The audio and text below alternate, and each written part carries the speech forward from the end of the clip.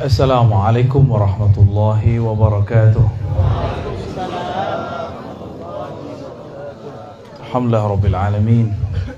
Hamdal hamidin, hamdal dzakirin, hamdal syakirin, hamdal mukhlisin as-sabirin. Asyhadu an la ilaha illallah, asyhadu anna Muhammadan abduhu wa rasuluh. Allahumma salli wa sallim wa barik ala sayyidina Muhammad wa ala alihi wa ashabihi wa li baitihi wa dzurriyyatihi ajma'in. Gimana, masih kuat enggak? Zikirnya dahsyat tadi ya.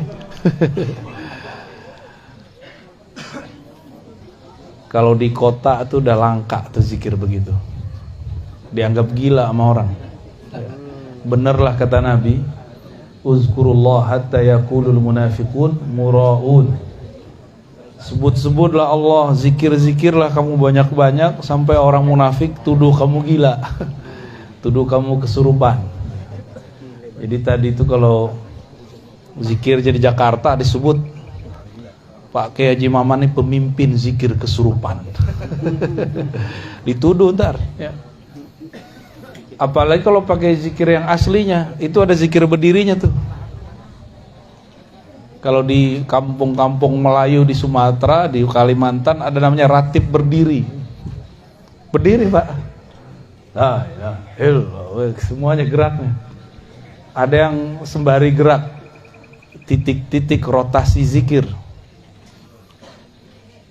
Maka muncullah namanya gerakan tari saman. Tari saman itu bukan tari sebenarnya. Itu seni yang diambil dari gerak zikir. Ya. Seni yang diambil dari gerak zikir. Gerak zikir itu bukan hanya dari ubun-ubun ke dari pusar ke ubun-ubun ke bahu kanan, enggak, banyak. Jalan zikir itu sebanyak titik di dalam diri kita. Ya, banyak sekali itu. Namun yang diajarkan tuan-tuan guru kita, para mursyid, para wakil talqin, itu yang boleh diajarkan aja. Karena kalau dikasih titik yang lain, bisa gawat. Ini zikir kayak tadi aja udah sebut gila sama orang ya. Wih, udah gila. Mana sanggup jin masuk ke orang zikir barusan. Kalau setan bisa, jin gak sanggup. Kalau jin masuk bakar deh. Aneh saksinya ya, tapi kalau setan bisa masuk. Tapi setan yang dulu mereka ikut berzikir dengan iblis. Iblis itu ahli zikir, Pak. Makanya tadi saya minta Ustadz Kamil Falah sholawat dulu ya. Sholawat dulu. Karena perbedaan antara zikir wali Allah dengan wali setan satu aja. Ada sholawatnya apa enggak? Ya. Ada sholawatnya apa? Enggak. Kenapa mesti ada sholawat? Karena orang bisa zikir cuma karena yang disebut namanya dalam sholawat itu. Siapa nama yang disebutkan dalam sholawat? Allahumma sholli ala Sayyidina. Karena ada yang bernama Muhammad, nah itu dia. Maka kita kenal dengan Sang Ahad. Kalau tidak ada dia, mana bisa tadi berzikir la ilaha illallah. Jadi yang ngajarin kita la ilaha illallah siapa? Ini bisa dibenerin gak nih? Baterainya putus-putus. Zikir juga gitu, Pak. Kalau baterainya putus-putus nggak seru.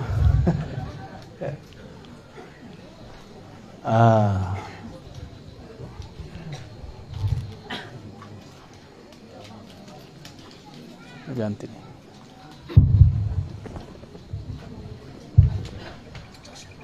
Baik. Nabi SAW mengajarkan zikir itu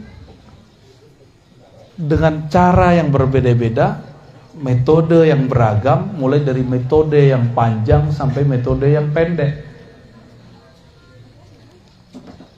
Contohnya, beliau SAW mengajarkan orang maukah kamu mengamalkan sesuatu yang jika engkau amalkan maka tudriku naman sabaqakum, kamu akan mencapai makom orang-orang terdahulu kamu. Ternyata zikirnya biasa aja. Subhanallah 33, Alhamdulillah 33, Allahu Akbar 33, tambah la ilaha illallah. Sederhana ya, sederhana. Tapi di belakang ada kalimat penutupnya Nabi SAW. Siapa yang mengamalkan zikir ini, dia akan menjadi orang terbaik di hari kiamat, kecuali ada yang datang dengan zikir yang sama atau yang lebih baik daripada dia. Makanya zikir 33 itu cuma contoh. Ada kawan saya baru hijrah Pak, baru tobat, tapi ikut kelompok ekstrim. Saya kerjain dia, saya tanya, di hadis zikir itu 33, kalau aneh zikir 32 gimana? Oh bid'ah itu. Kalau aneh zikir 34, 35, ada contoh di masa Rasul. Dia terjebak dengan angka. Terjebak dengan angka. Angka itu banyak. Yang disebut banyak itu kan as-salasah fa aksar, 3 lebih. Ya. Benar enggak? Kalau 33, 34, 35 itu kan masuk lebih. Jadi ulama-ulama yang saklek itu mereka lupa dengan esensi zikir. Ya ayyuhallazina amanu dzkurullaha dzikran katsira. Wahai orang beriman, zikirlah sebanyak-banyaknya. Namun karena kita ini otak suka ngitung, mesti dikasih batas. Maka oleh Pak Haji Maman dikasihlah zikir 5.000, ya enggak?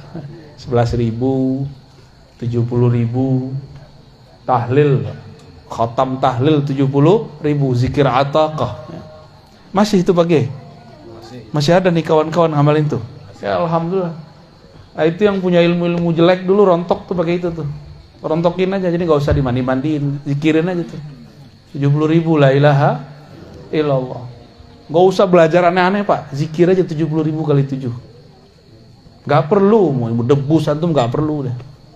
Ilmu sihir nggak perlu dah, ilmu pelet nggak perlu.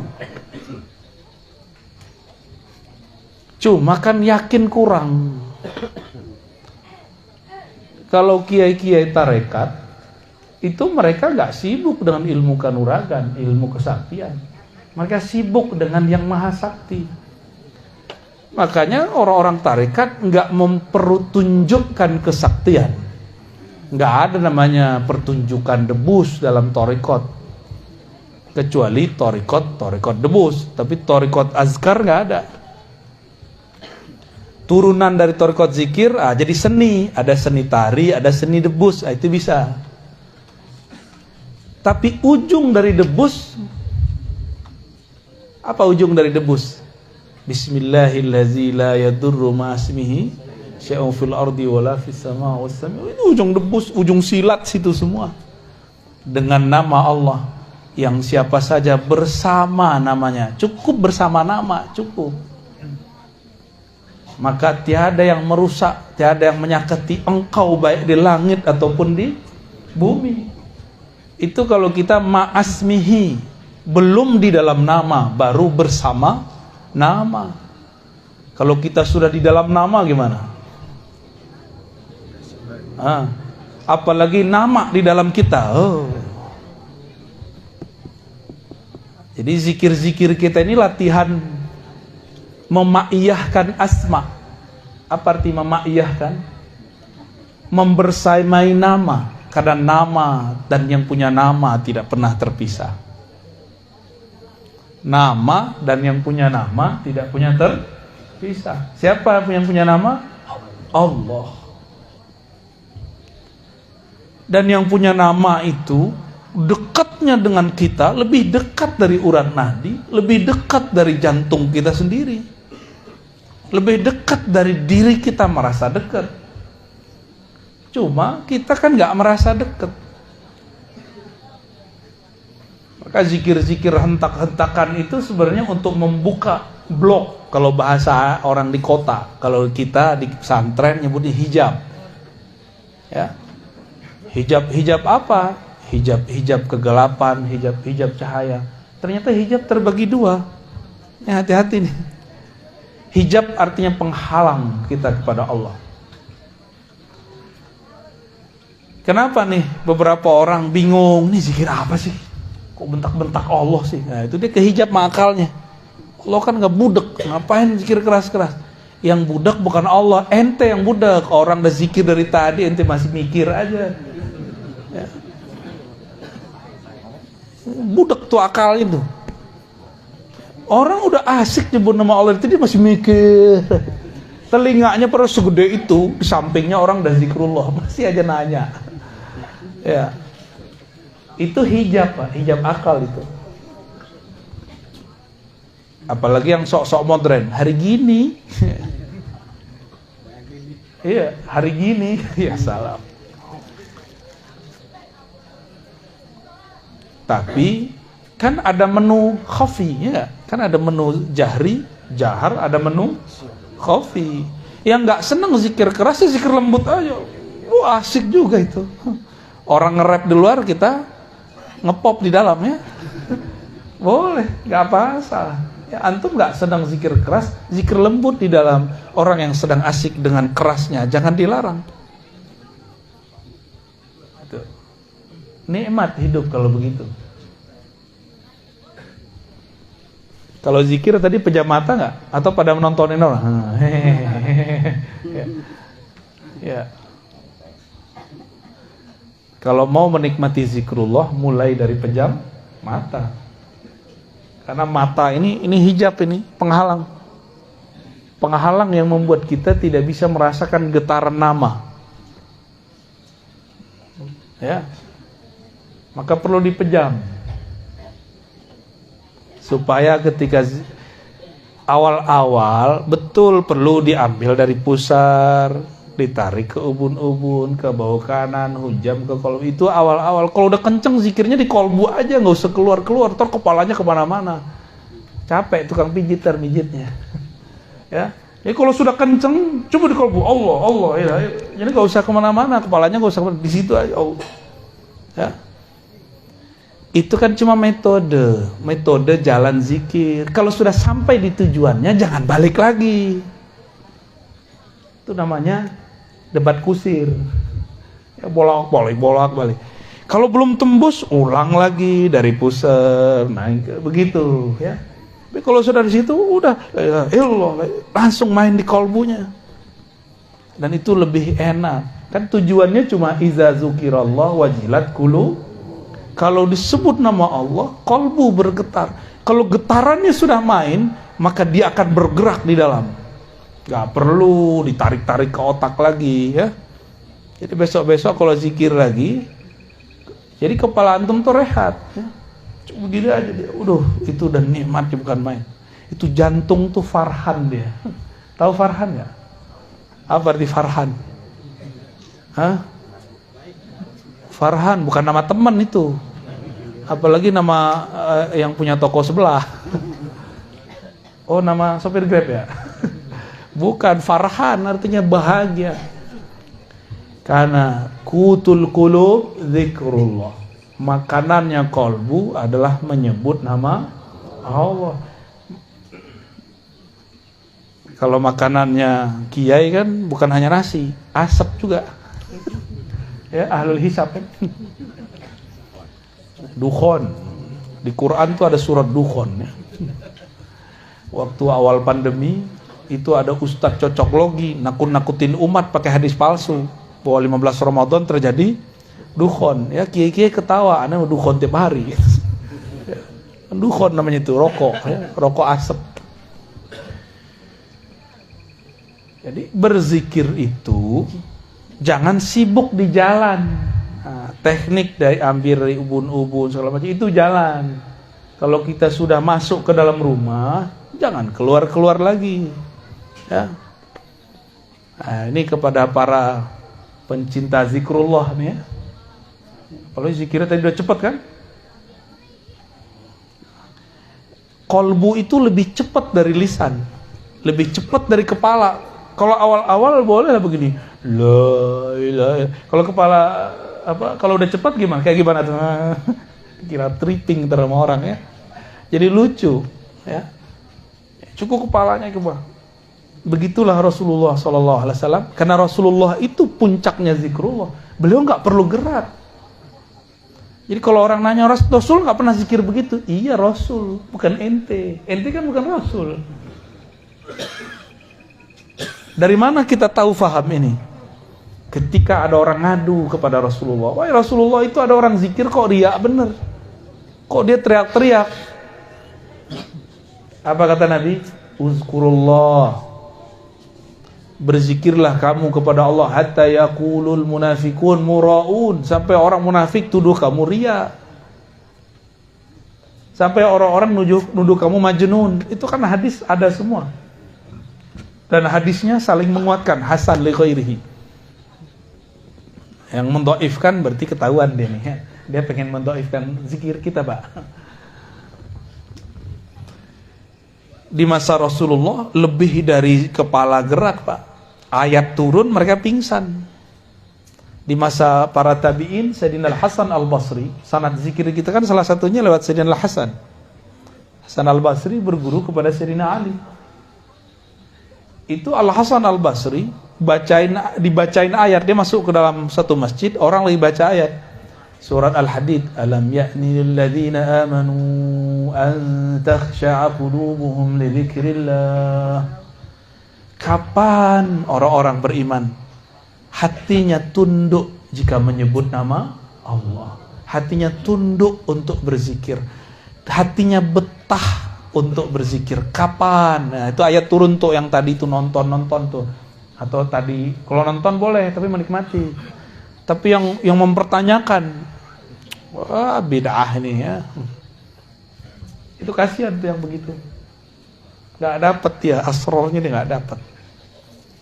Menu-menu itu banyak, nggak cocok ya nggak usah dinikmati, kita pakai versi kita sendiri. Ya. Misalnya, torikot saya Syazili, di Syazili nggak ada begini. Torikot itu cuma jalan. Tujuan torikot berzikir, sekarang ente sudah zikir. Tinggalkan nama torikot kalau sudah nyebut nama Allah. Jadi kadang-kadang torikot itu jadi hijab, muter, padahal dia sudah dekat. Udah mau masuk dia jalan lagi, udah mau masuk dia jalan lagi. Oh, itu bukan torikot saya. Jangan begitu kalau sama Allah ya. Apa arti torikoh? Jalan. Kalau alamatnya udah dapet, masih penting nggak jalan? Udah nggak penting jalan, Pak. Yang penting nyampe. Ya. Yang penting, untuk apa punya banyak mobil bagus, tapi nggak satu pun bisa disetir? Ya, bensinnya nggak ada. Untuk apa punya banyak motor, tapi nggak satu pun ente bisa bawa? Satu kendaraan tapi sampai bisa nganter kita bolak-balik, nggak rusak-rusak, itu lebih afdol. Ya. Kan banyak juga yang datang ke saya, oh saya banyak torikot. Iya. Nah. Terus maksudnya apa banyak torikot? Ya gitu. Pengen unjuk gigi ya, untuk apa?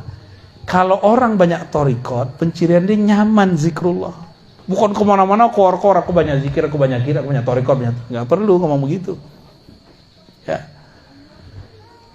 Bapak Ibu yang melakukan Allah, di saat orang-orang berzikir la ilaha illallah, di saat itu jika lisannya bersamaan dengan jiwanya, di satu makom nih, lisannya sama dengan jiwanya, jiwa lain dengan kolbu, jiwa itu nafs. Jiwanya bisa dikendaliin, maka jiwanya langsung menjadi mutmain. Nah, kalau masuk ke kolbu jadi radiyah mardiyah. Kalau orang zikir la ilaha illallah dengan kolbunya, dengan jiwanya, apa yang hasil pada dirinya? Itulah yang disebut di dalam hadis qudsi, la ilaha illallahu hisni. La ilaha illallah itu benteng aku, bentengnya Allah. Jadi bentengnya Allah bukan tembok tebal-tebal, tapi kalimah yang sudah masuk mendarah daging ke dalam badan, itulah benteng hakiki. Nanti kalau pandemi datang yang gede lagi, panik nggak? Kalau panik berarti bentengnya belum kuat. Kena nggak apa-apa, yang penting jangan panik. Karena serangan virus itu bukan ke badan yang bahaya. Yang bahaya itu ke pikiran. Berarti benteng rohaninya jebol. Coba tanya alumni COVID, lulusan COVID, LC, lulusan COVID. Tanya tuh, pasti waktu mengalami, dia kayak pengen mati aja bawaannya. Putus asa, benar gak? Putus asa itu adalah torekot syaitoniyah. Torekotnya setan. Isinya was-was terus. Jadi orang mati bukan karena COVID-nya, mati karena was-was. Apalagi Bapak bisa bayangin, Ibu bisa bayangin, di isolasi mandiri, isolasi karantina, bukan mandiri. Di karantina nggak boleh ketemu siapa-siapa, wah itu lebih gawat lagi. Dan dia belum pernah belajar thariqah zikir. Orang ini kasihan, sungguh kasihan. Nggak ada teman zikirnya, nggak ada temannya. Ya. Disitulah pengalaman kita, kawan-kawan kita banyak yang meninggal. Dan kawan-kawan saya pernah belajar zikir Allah dalam kolbu dan la ilaha illallah, rata-rata mereka sehat, rata-rata. Dan ketika sehat dia datang kepada kita terus bilang, terima kasih Ibu ya, terima kasih Ustaz udah ngajarkan zikir ini. Jadi teman saya ketika saya sakit. Kalau dia mati dalam zikrullah, kalau dia hidupnya betul-betul berkesan. Cuma maklum, manusia kan pelupa. COVID yang Delta baru pergi kemarin, tapi kan kita udah lupa aja Pak. Ya, pengen kena lagi. Ya. Enggak ya? Enggak, beneran. Untung kita di negeri Katulistiwa. Virus kalau udah keluar cuma berapa lama mati Pak. Kalau di negeri kita nih. Kalau di negara subtropis dingin, itu virus seneng. Maka Allah betul-betul sayang kepada kita. Alhamdulillah. Nah, kasihan kepada mereka yang tinggal di subtropis. Tapi karena Allah maha hebat, tenang aja ya. Mereka Allah akan setting tubuhnya yang sesuai dengan kondisinya.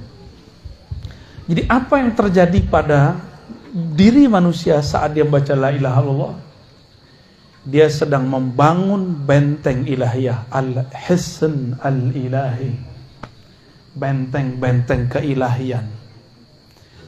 Kalau udah begitu, udah dapat zikrullah, kok masih belajar zikir khadam. Kok masih doyan sama rajah-rajah, itu aneh. Udah dapat afdoluz zikri, masih cari yang tidak afdol. Itu orang blow on atau orang on? Ya, sama aja ya. Afdoluz zikri la ilaha illallah. La ilaha illallah hisni, la ilaha itu paling tinggi, disebut bentengnya Allah. Terus antum masih cari jimat. Masih cari jimat. Ya. Itu jimat masuk sini ngikut dia. Tulisan Raja Antum kan nama Allah. Itu nama Allah ngikut la ilaha illallah dia. Masuk di sini gak bekerja dia. Kan berzikir. Gak kerja dia di sini. Cobain aja. Cobain masing-masing. Gak akan bekerja. Kita ini kan ngikut kata orang nih rajah berkah. Kata orang repot. Ya. Udah dapat kerjaan, betapa bodohnya manusia, udah dapat zikir paling afdol, masih ngambil penjagaan diri yang gak afdol. Jadi kalau digabung nih dua hadis ini, afdolul zikri la ilaha illallah, zikir paling tinggi la ilaha illallah, la ilaha illallah adalah hisni, adalah bentengku. Kalau digabung gimana? Benteng terkuat itu la ilaha illallah. Cuma ya rutin. Yang rutin. Kok kerja bisa rutin? Kenapa kita mau rutin kerja Pak? Karena pengen dapat gaji kan? Bener? Kenapa nih bapak-bapak ini mau rajin kerja di sawah, di ladang, dagang, di kantor, guru? Kenapa? Karena pengen dapat hasil. Ini hasilnya udah Allah kasih duluan. Masih kurang yakin? Jangan-jangan memang kita kurang yakin kepada Allah Subhanahu wa ta'ala. Itu Nabi Sulaiman mau terbang zikirnya bismillah doang, Pak. Percaya nggak? Jadi Nabi Sulaiman cukup dengan bismillah terbang. Kita udah bui-bui baca la ilaha illallah nggak terbang-terbang ya. Emang mau terbang? Kurang keren, Pak, terbang pakai bismillah. Yang keren itu pencet-pencet aja pakai tangan. Nah, dapat tiket terbang. Bismillah.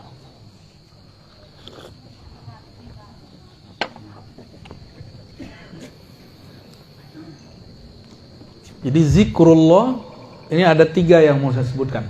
Zikrullah qutul qulub. Itu udah tadi ya. Zikir Allah, mengingat Allah itu makanan kalbu. Bapak Ibu nggak makan seharian, lemes nggak? Itulah nasib orang nggak zikir seharian. Udah dikasih talqin sama Pak Kiai Haji Maman, nggak dipakai. Mau antum kiai 1000 kali kiai nggak ngaruh. Oh, saya bisa baca kitab, nggak masalah. Nabi nggak perlu baca kitab begituan. Kitab kuning kan baru kemarin sore ada. Nabi memang baca kitab kuning? Enggak, Nabi nggak perlu kitab kuning, di dalam dirinya semua kitab ada. Maka An-Nabil Ummi, bukan Nabi tidak bisa baca tulis. An-Nabil Ummi, Nabi induk semua kitab. Ummul kitab, itu artinya. Allahumma sholli ala Sayyidina Muhammad. An-Nabiyil Ummi, Nabi yang Al-Ummi. Al-Ummi itu bukan ya nisbah, bukan Nabi yang nggak bisa baca tulis.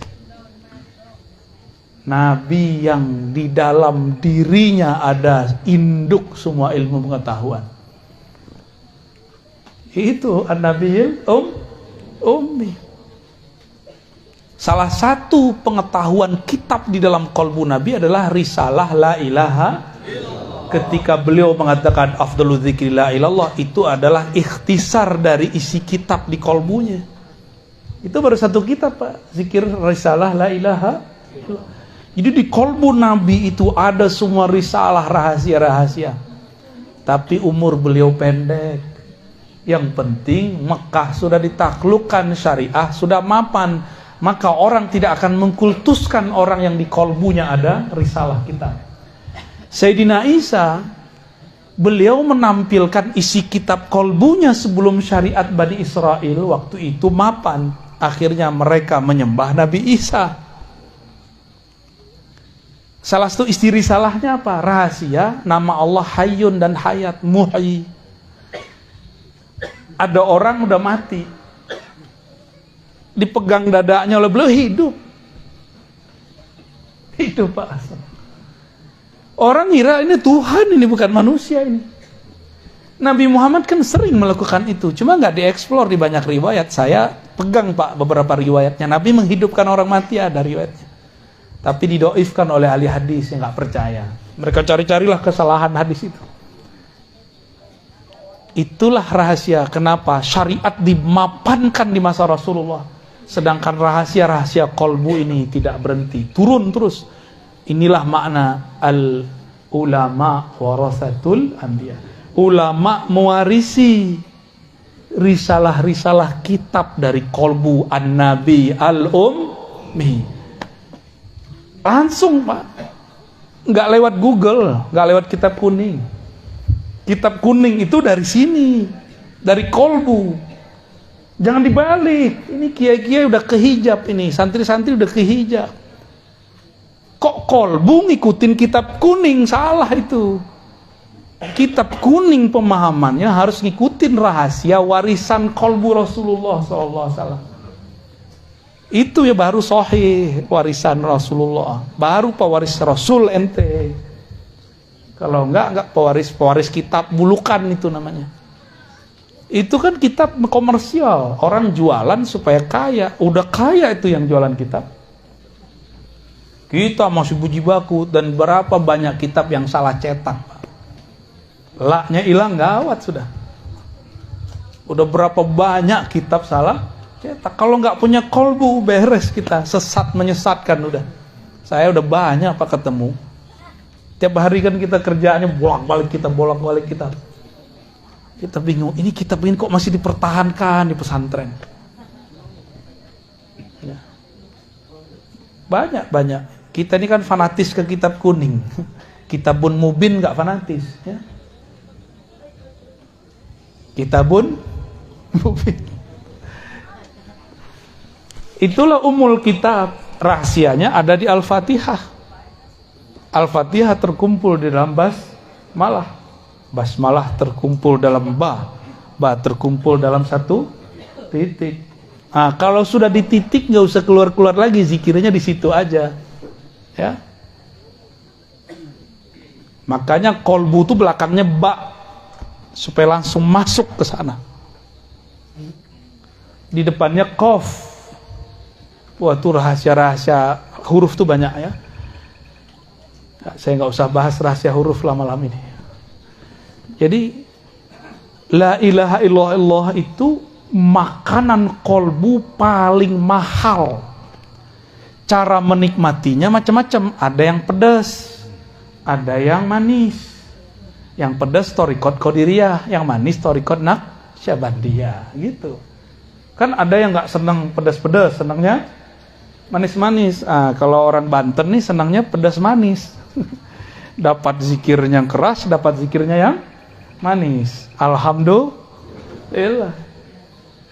Ada yang senangnya nge-rap musiknya, ada yang senangnya melankolis, ya, melo-melo musiknya yang syahdu-syahdu. Itu pilihan kita aja. Itu kan musik di dalam diri. Jadi zikir keras lembut itu adalah hentakan di kolbu. Nggak ngaruh orang di luar sana. Mau di luar sana orang bentak-bentak, kalau di kolbunya lembut tetap kolbu lembut dia. Ya. Ini contoh nih yang lagi sibuk megang handphone. Orang udah zikir keras-keras di sampingnya. Dia masih sibuk ya. Pasang status. Lagi ikut majelis zikir nih. Lah kok bisa orang ikut majelis zikir pasang status? Ya, canggih Pak zaman sekarang ya. Lumayan lah dapat berkah. Iza marartu biridil jannah tahu kalau kamu lewat di majelis-majelis di taman-taman surga, maka petiklah, icip-iciplah, coba-cobalah. Lumayan. Ini kan saya pernah cerita di sini di mana nih? Guru dari guru saya namanya Syekh Husain Usairan Al-Lubnani. Mantan orang Syiah. Ngejekin ahlu sunnah thariqat Naqsyabandiyah yang ada di Masjid Jami' di Lebanon. Itu zikir Pak, ba'da salat. Afdalu dzikri la ilaha illallah. Itu di sana zikirnya sama dengan di sini. Ya. Sekarang kan udah ada YouTube kan? Kita kan udah jadi wali YouTube. Orang wali kutub, kita wali YouTube. Tinggal cek aja zikir tarekat Lebanon, Beirut, Turki sama kayak di sini. Beda hidung aja, mancung sama nggak mancung, ya. Beda brewok sama nggak brewok, itu aja bedanya. Selebihnya sama, metodenya sama. Bahkan tarekat Syaziliyah di sana zikirnya kayak di sini. La ilaha illallah. Itu Syaziliyah, ternyata Syazili Al-Qadiri. Kalau di sini kan Naqsyabandi ada Qadiriyahnya, Qadiriyah ada Naqsyabandiyahnya. Yang penting dapat Qadiriyah udah, pasti zikirnya kenceng. Ini orang Syiah mau main-main, ikut goyang-goyang pala. Masuklah dia langkahilah itu bahu-bahu orang yang sedang getaran zikirnya lagi dahsyat. Duduk di tengah. Padahal itu porosnya zikrullah. Dia duduk di situ. Lihat kiri kanan, coba kepalanya miring. Dicoba Pak, pejam matanya. Kepalanya pertama ke kanan, la ilaha, pas illallah hanyut, terbawa arus karena dia di dalamnya kosong, hanyut, hilang benar. Tiba-tiba dia bangun dia lihat kok nggak ada orang zikir. Ternyata dia masuk ke alam barzakh, dia mati suri sesaat. Datang malaikat munkar nakir, man rabbuka? Oh, nggak bisa jawab. Lepotan. Digampar-gampar, disiksa. Udah lama, udah rasanya ribuan tahun. Terjadi kiamat, dibangkitkan, lebih kaget lagi. Sampai kemudian di mizan, ditimbang, dihisab. Salah satu hisab dia ngejek orang zikir. Pas masuk ke sirat jatuh, pas jatuh bangun dia. Orang-orang baru selesai kayak tadi, la ilaha illallah Muhammadur Rasulullah, baru selesai. Karena Muhammad Rasul itu narik dia keluar lagi. Kejadian Pak, ini guru ahli hadis di hari akhir hayatnya. Tadinya Syiah benci sahabat Nabi, jadi pencinta sahabat Nabi. Tadinya nggak hafal Alfiyah, pengen belajar hadis, kata gurunya, ente kalau mau belajar hadis harus kuat bahasa. Untuk kelas kamu harus kuat Alfiyahnya atau Ujurumiyah. Dia pilihlah Alfiyah. 6 bulan dihafal. Berangkat pagi dihafal 2 bait, pulang dihafal 2 bait, malam dia setoran. 6 bulan khatam. Ditalkinlah zikir Naqsyabandiyah, zikir Syaziliyah, zikir Qadiriyah. Menjadi mursyid agung di tanah Syam. Namanya Syekh Husain Husairan. Saya ketemu murid beliau. Orang-orang yang sudah punya benteng itu nggak ke bawah Pak, itu hebatnya. Jadi kenapa antum ini sudah nggak larut? Karena sudah ada benteng di dalam kolbunya. Kalau nggak lewat pingsan-pingsan semua pasti. Saya kan ngalami hal yang sama waktu kecil. Ya, zikir Samaniyah Qadiriyah. Orang baru afdhalul zikri la ilaha, kita udah hilang. Sama kasusnya, mirip-mirip kayak tadi. Kami kalau di sana Pak, di kampung saya, sebelum Jumatan itu tahlil dulu. Afdhalul zikri la ilaha illallah, la ilaha. Itu setiap kali saya merem, saya diputar ke alam semesta itu. Waktu umur masih 9 dan 10 tahun. Sampai sekarang saya nggak bisa lupa. Saya datang ke guru saya, guru saya di depan, jadi mursyid saya di depan. Saya nginep di surau beliau, zawiyah beliau, tempat suluk beliau setiap malam. Saya tanya, beliau diam aja. Datang ke mak saya bilang, kamu ntar akan jalan-jalan itu kerjaannya, katanya. Kita kan penakut, nggak berani kemana-mana, pisah dari mak nggak berani. Tapi ibu saya saja, dia bilang, kamu nanti akan jalan-jalan kemana-mana. Ternyata sudah terbaca dari zikrullah. Itu kejadian. Maka la ilaha illallah itu sayrus salikin. Nah, la ilaha illallah itu adalah hiburan jalan-jalannya para salik. Jadi walaupun nih kita nih coba orang-orang yang sudah menikmati zikrullah, ajak dia jalan-jalan, dia kurang nggak menikmati bener. Tapi kalau diajak ke kuburan, pesantren, ziarah ke kiai, itu dia baru seneng. Diajak ke puncak, dia mikir bagus di tempat gua kali. Ya, bapak ini diajak ke puncak Bogor, gimana ngomongnya? Bagusan di mana? Bagusan di sini kan? Iya, di sono udah macet Pak. Gunungnya sih masih bagus, ke sononya 3 jam buka tutup. Jadi la ilaha illallah itu kapalnya orang yang sedang suluk kepada Allah Subhanahu wa ta'ala, cepat kepada Allah itu. Ya. Tapi supaya tidak lupa jalan pulang mesti bersolawat. Wajib solawat. Karena kalau nggak ada solawat kita nggak bisa baca la ilaha. Innallaha malaikatahu yusholluna 'alan nabi. Ya ayyuhalladzina amanu shallu 'alaihi wasallimu taslima. Karena Allah bersolawat, kita malu kepadanya, maka kita solawat juga. Saya mau tanya, solawatnya Allah apa?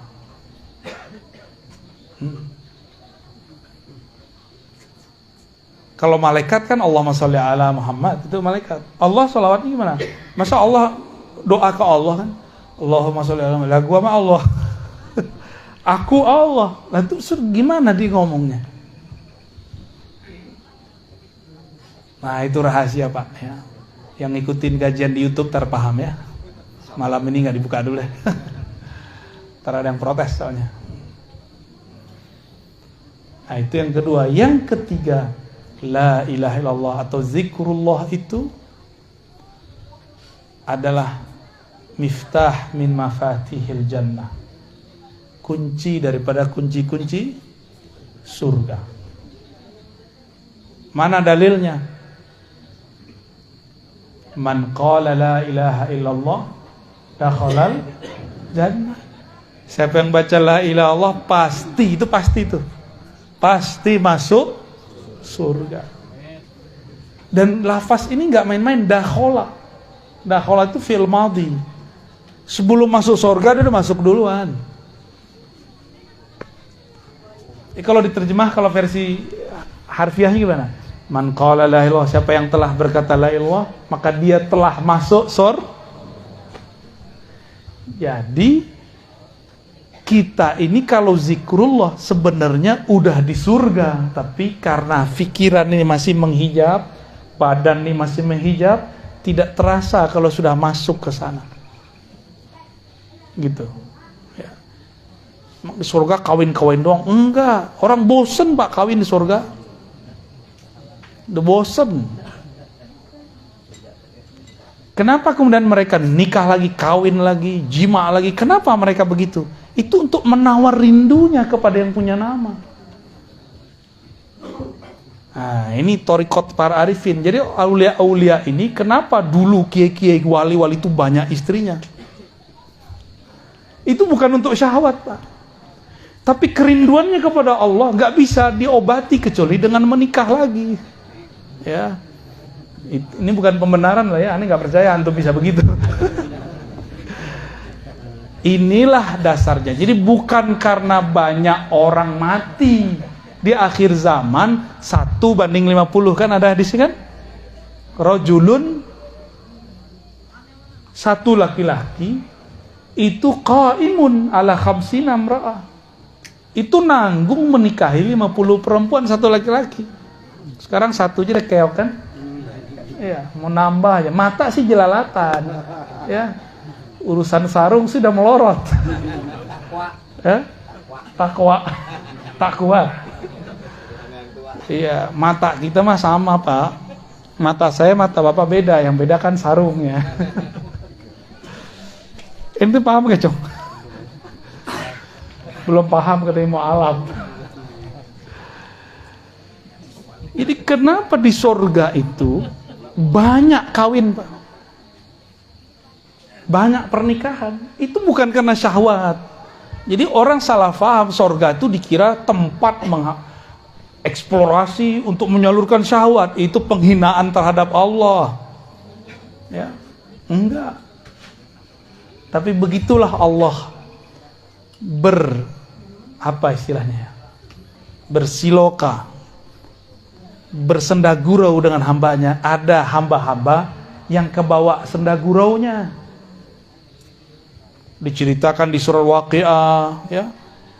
Uruban atraba, inna ansha'nahunna insya'a, faja'alnahunna abkara, uruban atraba. Udah jorok aja otak mikirnya. Itu kalau diterjemahin apa, Pak? Kan lagi direvisi sama Kementerian Agama karena dianggap terjemahannya jorok. Ya biasa aja kali. Ya. Urban atroba itu, mohon maaf ya, kalau cowok atletis, kowi. Kalau cewek, hunna, kan perempuan di situ. Gambaran kita mengenai lawan jenis yang bikin birahi apa? Itu urban atroba. Ya, bayanginnya sendiri ya. Nggak boleh saya sebut, karena beda kita, beda mazhab. Ada yang senangnya item-item, ya kan? Ada yang senangnya bening-bening. Ada yang senangnya sawo mateng. Ada yang sawo separuh mateng. Dari mana saya tahu makna ini, Pak? Kita buka kitab tafsir Zamakhsyari. Itu orang Mu'tazilah, Persia, bukan orang Arab. Ketika orang Arab mengatakan al-jamal nisful bayat, putih itu separuh cantik. Kata Zamakhsyari, enggak, justru sawo mateng itulah separuh cantik. Iya. Kalau kita kan seneng tuh sama muka-muka Arab ya. Muka-muka kulit babi itu.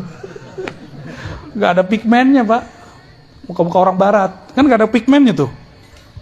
Merah semua. Kalau putih tuh Cina, beda lagi. Kata temanku ini dia nakal juga nih ya. Kulit bengkoang katanya. Kayak bengkoang dikupas nih. Putih kata tetangga. Ada yang seneng begitu. Tapi orang-orang di Eropa senangnya gimana? Sawo mateng. Ya, serius. Kalau kita, jadi kita nggak usah berpikir ala mereka, kita mikir ala kita aja. Itu penafsiran, ya beda kampung, beda selera. Tapi semua itu bukan untuk nafsu, bukan. Di sorga itu disebutkan nikmat berhubungan badan semikian rupa, bukanlah untuk badan itu sendiri, tapi untuk mengalihkan kerinduan. Karena seorang hamba hanya bertemu Allah pagi dan sore. Dari pagi ke sore sudah 500 tahun. Berapa tahun? Sehari di sorga berapa? Sehari semalam di sorga berapa tahun kita? 1000. Pagi sampai sore bagi 2 aja. Jadi Allah itu menampakkan, mengangkat tabir hijab, sehingga hamba-hambanya melihat tergantung pemakrifatan dia waktu di bumi. Nanti mereka memandang Allah tuh, lalu langsung sujud ketika Allah membuka tabir. Itu yang disebut memandang, bukan nongol begini, bukan ya. Lalu Allah tutup lagi ketika waktu duha sudah datang. Jadi syuruk ke duha, kira-kira begitu di sana. Dan mereka lupa dengan semua nikmat jima, lupa nikmat khamar, lupa nikmat madu, lupa semua. Ketika Allah sumber semua kenikmatan melihatkan dirinya, memperlihatkan tajallinya, lupa semua. Lalu Allah tutup tabir, mulailah mereka rindu. Ditunggu sehari, 2 hari, 3 hari, hitungan bumi di sana belum sehari 2 hari. Dihitung sampai sore, 500 tahun. Selama itulah mereka doyan menikah. Wali-wali Allah di bumi, kalau mereka nikah banyak, itu babnya, bukan karena syahwat dia. Jadi jangan suuzon sama kiai yang banyak istri. Tapi kalau samping saya kayaknya banyak minal muwahhidin ya. Orang-orang ahli tauhid. Oh kayaknya ada tuh 1 2 tuh. Ente Masna ya. Kopiahnya kenapa disunat Tat? Waktu pertama kita datang sini kan kopiah langsung ke aras. Masya Allah. Gitu-gitu 2. Antum berapa? Jomblo, bagi-bagi lah, tuh jomblo tuh sampai antum tuh.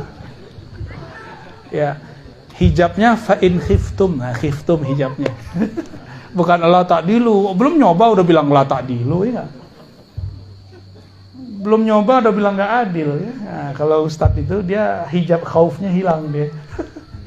La khaufun alaihim walahum yahzanun. Maaf tadi ya.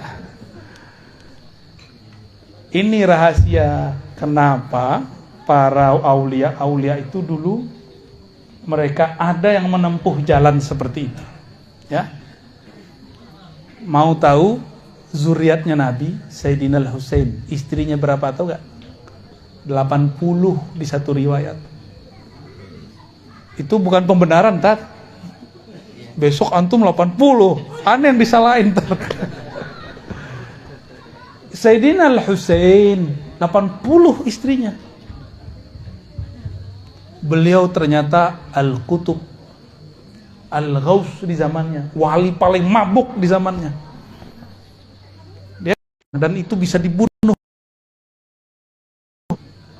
Jadi di zaman itu berkata Ibnu Abbas, seandainya aku buka 1 ayat saja rahasianya, kalian akan bunuh aku.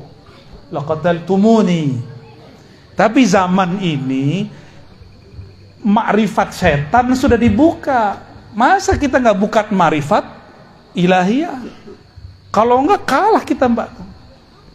Jadi jangan kolot lagi.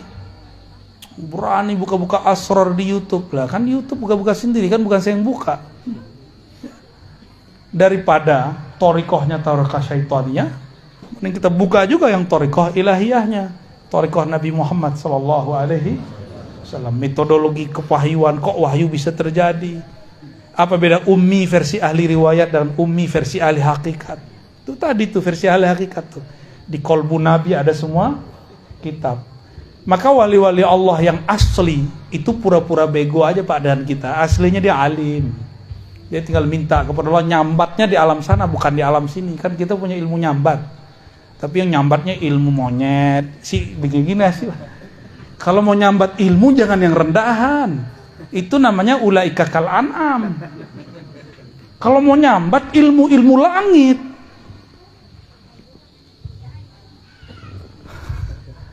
Ya. Jadi yang dulu pernah belajar silat nyambat ini, nyambat itu, udahlah, antum cukup belajar zikir aja mah, pakai Haji Maman. Itu ntar nyambat asrar, pakai la ilaha illallah, nggak disadari dapat.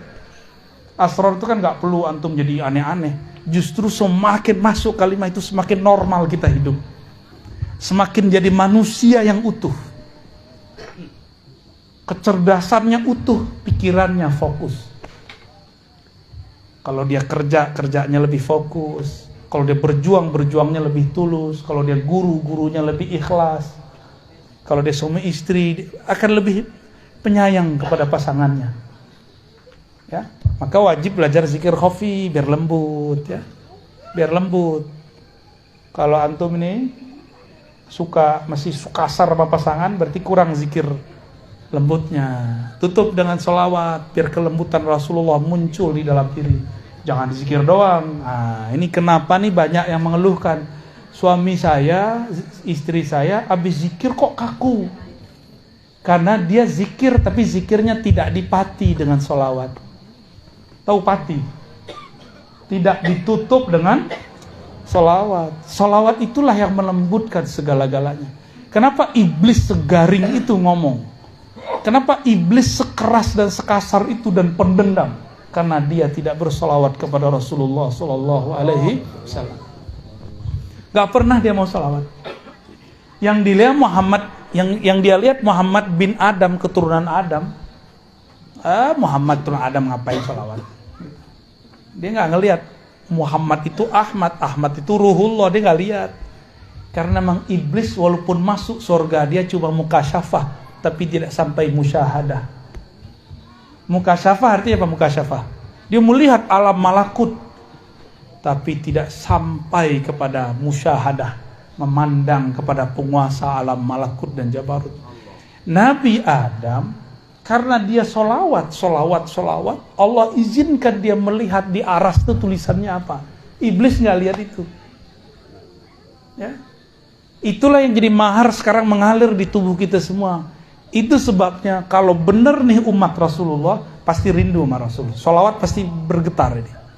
Bulu romanya berdiri awal-awal sholawat. Ya. Kalau benar nih air matanya bisa berlinang kalau sebut nama Rasulullah dalam sholawat. Pasti. Karena Rasulullah SAW menghikayatkan ketika Sayyidina Adam hendak ingin memeluk Sayyidatuna Hawa, ditegur oleh Allah lewat Sayyidina Jibril, dam, mahar. Man pegang aja ya. Gak boleh. Kata Sayyidina Jibril. Ya, terus maharnya apa? Tanpa diajar oleh Jibril, Nabi Adam sudah ngerti duluan. Ternyata Jibril belum melihat yang dilihat oleh Nabi Adam. Wajar Nabi Adam jadi rektor, Pak, jadi kiai di surga. Nabi Adam Allah izinkan kolbunya memandang kepada aras Allah lewat ruh murninya. Di aras dia lihat ada tulisan, dia ngeliatin nama, kok bukan namaku, tapi kok nama Muhammad, la ilaha illallah Muhammadur Rasul, kok itu di sana. Itu hadisnya ada di riwayat Imam Hakim, hadisnya sahih. Yang mendhaifkan pasti nggak senang sama ilmu ini. Hadisnya sahih itu, benar hadisnya. Maka beliau mengatakan Allahumma sholli ala Muhammad al-maktub ismuhu fi 'arsyika al-'azim. Kira-kira begitu kalau dibahasakan secara bebas. Ya Allah, kirimkan salamku, hormatku, takzimku kepada nama yang tertulis di arasmu, yaitu Muhammad. Oh, ternyata itu mahar paling tinggi di alam semesta. Tapi nanti Ustadz jangan pakai mahar itu kalau mau nikah lagi, karena istrinya nggak ngelihat itu. Kalau istrinya ngelihat itu cukup itu, datang ke kita pakai mahar sholawat aja Tad. Enak juga tuh ya. Tapi nafkah kan nggak bisa pakai sholawat. Langsung sah.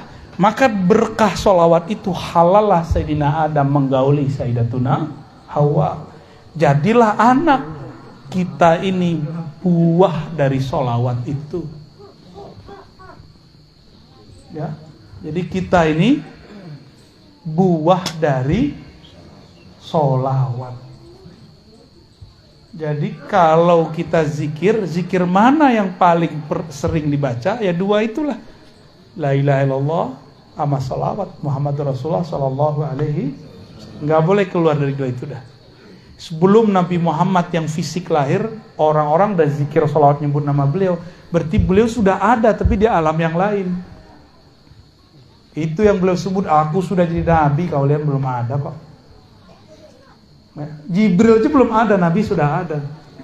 Pantas nggak Jibril jadi gurunya Nabi Muhammad? Kalau di sanad thariqat kita kan gitu, an Sayyidina Muhammad SAW, an Jibril, itu mah sanad Quran. Ya? Tapi aslinya nggak begitu. Justru Jibril lah yang mengambil dari kolbu Nabi Muhammad SAW. Tapi zahirnya ahlu riwayat menyebutkan Nabi Muhammad dari Jibril. Mungkin nggak Jibril lebih tinggi dari Nabi? Jibril nggak bisa tembus ke aras, Pak. Nabi tembus ke aras. Benar nggak? Ini kan bentar lagi bulan Mi'raj nih. Benar nggak? Nabi Muhammad diundang Allah ke atas aras tertingginya. Sedangkan malaikat Jibril nggak sanggup. Kalau dia naik kebakar dia, habis, hancur dia, nggak ada lagi jejak dari alam semesta. Nabi Muhammad bulunya nggak ada satupun yang rontok. Nggak ada satupun yang rontok. Jibril yang sakti itu, kalau naik kebakar, habis dia. Mana yang lebih sakti? Maka satu rambut Rasulullah afdal min Sayyidina Jibril. Satu rambut Rasulullah lebih mulia dari Sayyidina Jibril. Bid'ah nggak ngaji begini? Ya, kayaknya bid'ah bener ini ngaji begini ya. Udah dulu lah. Udah jam berapa nih? 11 ya. Saya besok malam ini harus balik ke Jakarta. Besok pagi sudah ada jadwal ngajar ba'da subuh. Lanjut ke Mabes. 2 Mabes, Pak. Baru bisa enggak sampai malam lagi. Sampai malam lagi. Jadi mohon izin tanpa mengulangi salam takzim kepada semua para kiai ajengan, para hadirin, hadirat. Mungkin tidak bisa salaman, saya mau langsung pamit ya habis ini. Mohon ridhonya kalau ada yang tersinggung ya. Mohon maafnya jika ada yang kurang berkenan ya. Kesimpulan kajian kita malam ini sederhana, afdalul dzikri la ilaha illallah, afdalus syukri wad du'ai alhamdulillah. Doa tertinggi, zikir aurat tertinggi adalah alhamdu. Alhamdu itu inti dari nama Nabi Muhammad. Nabi Muhammad itu dalamnya hamd. Maka orang sholawat itu sudah bersyukur. Semoga kita termasuk mereka ahli tauhid dan orang bersyukur kepada Allah Subhanahu wa ta'ala. Mohon izin Pak Kiai, mungkin cabut duluan, nggak sempat ziarah dulu ya. Kepada sahibul bait, semoga Haji Ahmad Nasai bin Zakaria Allah angkat derajatnya di alam sana dengan berkah la ilaha Allah yang dibaca tadi, meskipun tidak pantas diterima Allah, semoga berkat sholawat Allah terima juga. Semoga sahibul bait, keturunannya, muhibbinnya, pecintanya, kawan-kawannya, orang yang hadir juga diangkat ke derajat muwahhidin muqarrabin. Amin ya rabbal alamin. Ilahi anta maqsudi wa ridhaka matlubi. Wa sallallahu ala sayyidina Muhammad. Assalamualaikum warahmatullahi wabarakatuh.